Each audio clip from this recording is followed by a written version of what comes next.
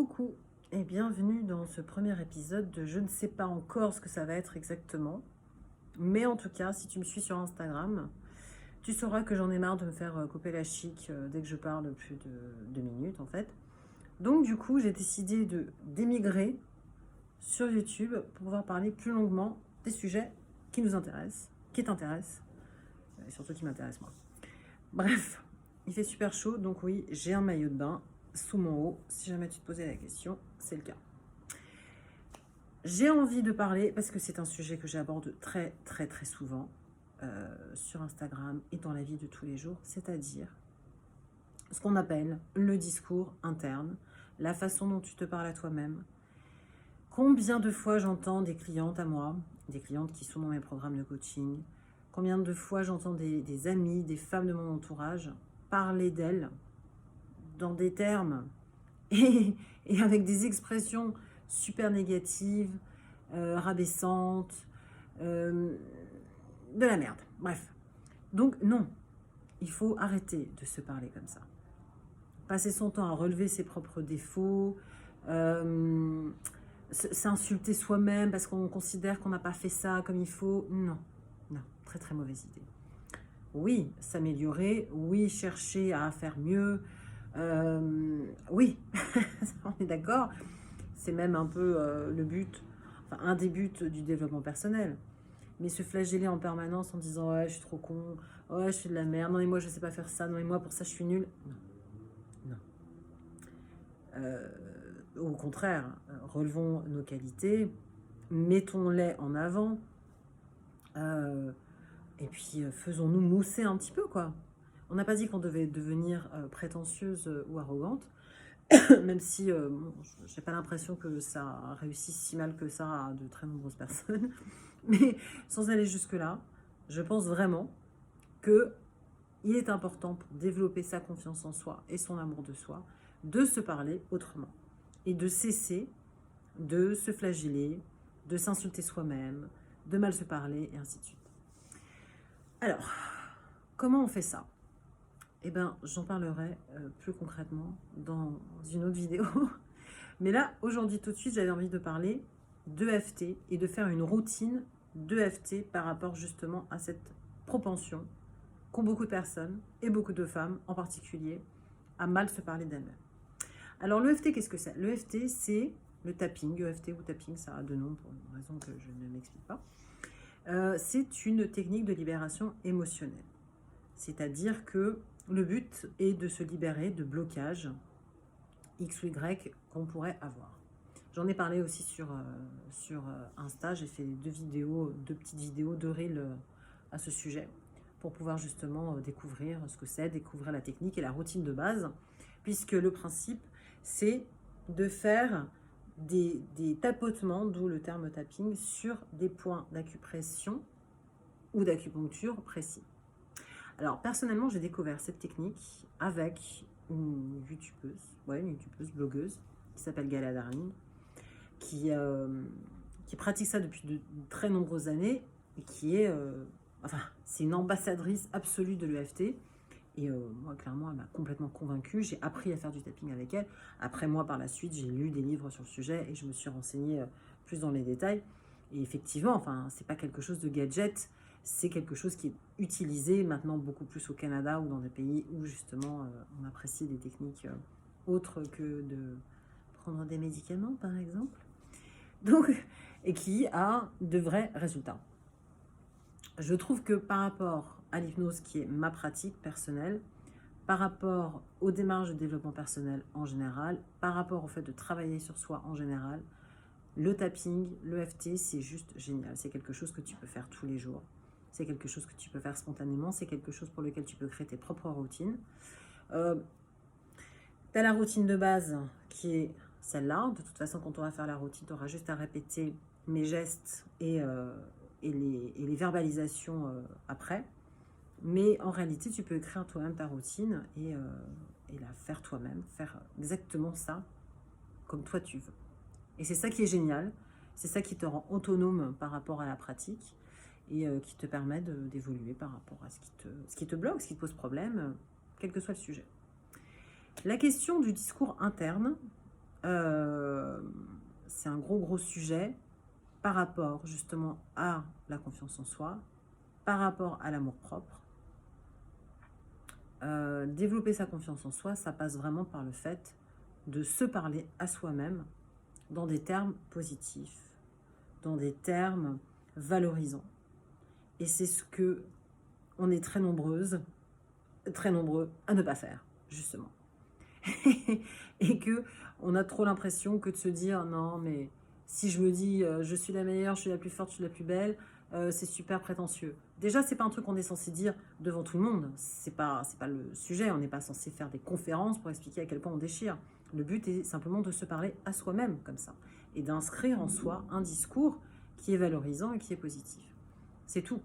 Et ça, vraiment, c'est quelque chose qui change la vie. J'ai pu le constater moi-même et j'ai pu le constater avec beaucoup de clients et de clientes en particulier auxquels j'ai fait faire cet exercice parce que c'est un exercice qui fait partie, ça s'appelle les affirmations positives. Ça fait partie du programme que j'ai en ce moment et du prochain programme que je vais sortir au mois de septembre.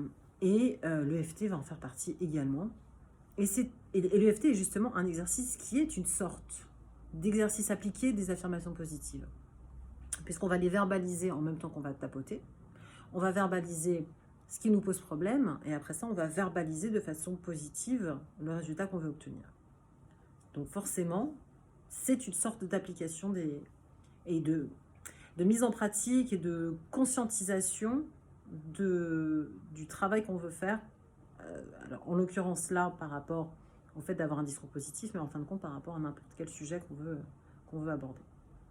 Donc, on va faire une petite routine super simple, courte par rapport à ça.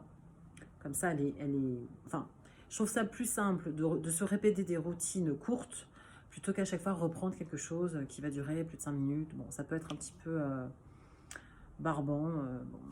Mais après, on peut rajouter des choses, faire des choses plus longues, peu importe. Mais là, on va partir juste sur une petite routine simple. Donc, si tu ne connais pas du tout l'EFT, je t'explique. J'essaie de ramasser ça parce qu'à chaque fois, je me prends les... On commence par là. On va tapoter ici. Ensuite, ici. Ça, c'est les points qu'on va aller stimuler au fur et à mesure. Ici. Et ensuite, ici. Juste là, pour les femmes, là où on a pas la bretelle, mais enfin le soutien-gorge, bref. Et tout en faisant ces petits tapotements, alors c'est des petits tapotements, hein, c'est pas un tapotement léger, mais qu'on doit sentir, une petite pression. On va verbaliser des choses en même temps. Donc pour travailler sur cette question du discours interne négatif, qu'on veut transformer en discours interne positif, on va commencer cette routine-là. Donc tu as juste à suivre mes mouvements et répéter après moi ce que je vais dire. Ok? Alors, je ne me parle pas bien à moi-même. Je relève tous mes défauts. Je m'insulte moi-même. Je me rabaisse. Je me reproche beaucoup de choses. Je ne me sens pas à la hauteur. Je manque de confiance en moi et d'amour propre.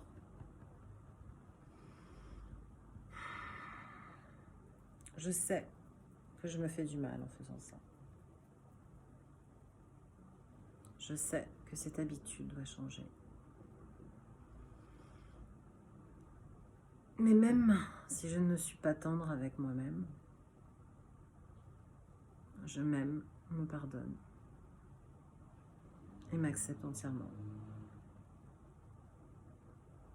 Et je sais que j'ai la capacité de changer de discours sur moi. Je sais que je peux inverser la tendance. Et pour ça, me parler mieux tous les jours.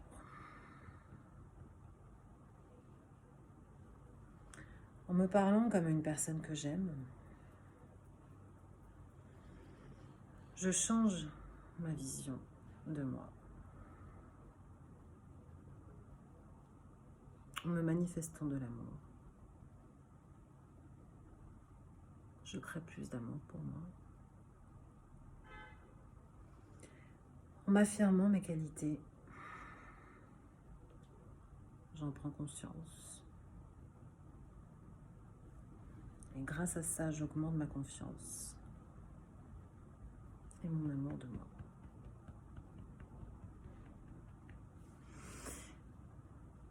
Une grande respiration.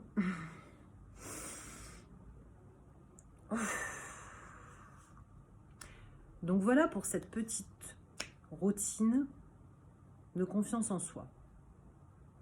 Tu peux la reprendre, tu peux la modifier, tu peux rajouter, tu peux inverser si tu veux, mais telle qu'elle est, je pense qu'elle peut être efficace à refaire régulièrement et après ça à appliquer. C'est-à-dire appliquer. Appliquer réellement le fait d'arrêter de mal se parler, appliquer le fait, oui justement, de se parler à soi-même comme on parlerait à quelqu'un qu'on aime. C'est vraiment la grosse différence en général entre se parler à soi-même et parler à quelqu'un qu'on aime. Et c'est comme ça, effectivement, que cet exercice d'affirmation positive se pratique tous les jours. Et c'est comme ça qu'on change son discours interne et qu'on commence à s'apprécier soi-même beaucoup plus.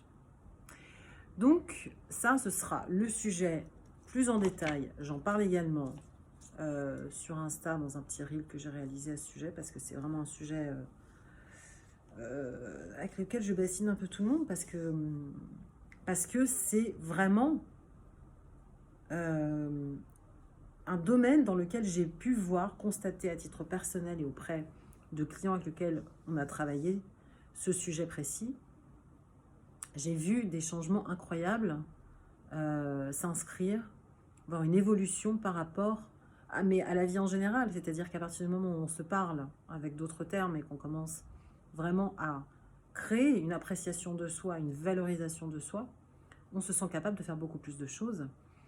On apprécie beaucoup plus de choses, on réussit beaucoup plus de choses et on est aussi apprécié par plus de personnes autour de soi.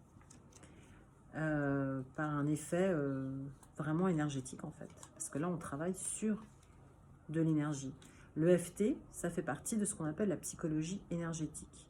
Et c'est ça qui est super passionnant, c'est que justement, on est sur un autre niveau de psychologie, qui n'est pas seulement celui du fait d'exprimer les choses de façon très concrète. On est aussi dans quelque chose qui va aller travailler sur ce qui n'est pas visible, sur ce qui n'est pas forcément exprimable, mais sur une autre entité, sur une autre dynamique, et qui finalement va atteindre des choses bien plus profondes chez nous. Et c'est en ça que l'EFT est vraiment quelque chose d'absolument génial. Moi, mon travail, c'est l'hypnose. Je fais du coaching basé sur l'hypnose. Mais l'EFT est un super complément. Pour moi, ça va carrément avec. C'est une sorte de couple explosif. C'est-à-dire qu'on ne peut pas ne pas réussir à arriver à des résultats dans une démarche de changement et de développement personnel en couplant ces deux pratiques. Donc c'est pour ça que je les intègre dans mes programmes et que j'en parle de plus en plus pour que justement ça devienne un peu plus connu, parce que c'est quelque chose qu'on peut pratiquer de façon totalement autonome et je pense qu'on en a vraiment besoin de prendre en main les choses soi-même et de travailler sur ses propres blocages à titre personnel. Ça n'empêche pas d'aller voir des thérapeutes, ça n'empêche pas de faire d'autres démarches, mais en tout cas par rapport à ça, on est dans une autonomie et